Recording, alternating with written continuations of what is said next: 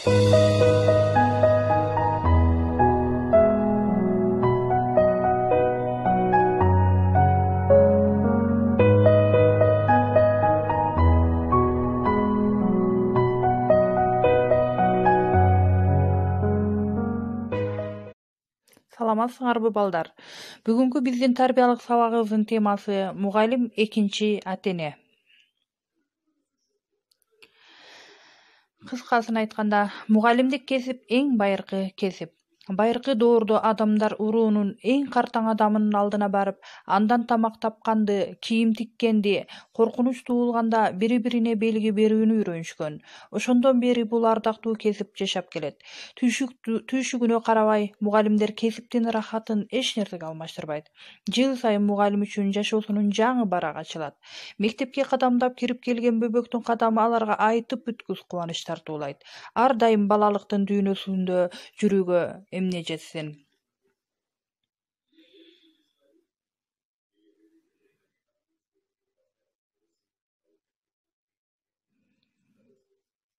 Алиппе тааныткан эң улуу адам. Жаш бөбөктү жетелеп, алгач ирет тактага А тамгасын жазып тааныткан ыйык инсан, ардактуу кесиптин ээси бул мугалим. Чындыгында эле алар чоң тамга менен жазылууга татыктуу. Эчен залкар адамдар, өлкө башкарган президенттер да бир кезде мугалимдин окуучусу болгонун, алар берген билимдин үрөнү менен бийиктикке жеткенин тана албаспыз.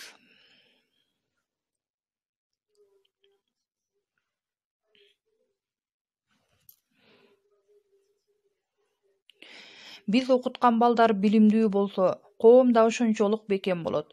Дарак жемиши адам иши менен нарктуу дегендей, мугалим өнөр ээси, тарбиячы, атене, чыгармачыл адам жана окуучунун ой жүгүртүүсүн жандантып, окууга болгон умтулуусун ойготуп, аны келечекте жакшы адам болуп калыптанышына күзгү болуп туруш керек. Окуучунун саламатсызбы деп учурашканы мугалимдин жан дүйнөсүн нурлантат.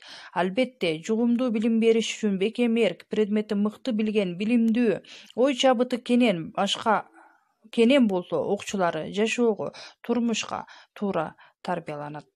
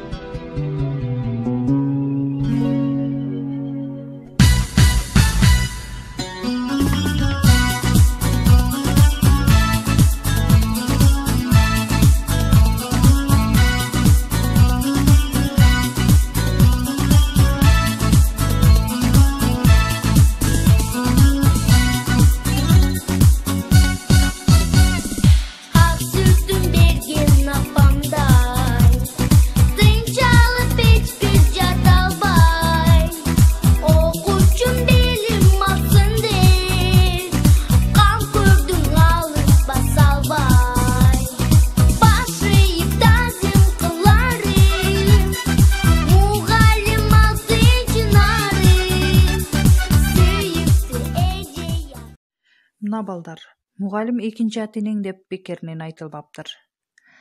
Анда бүгүнкү сабагыбыз ушу менен аяктады.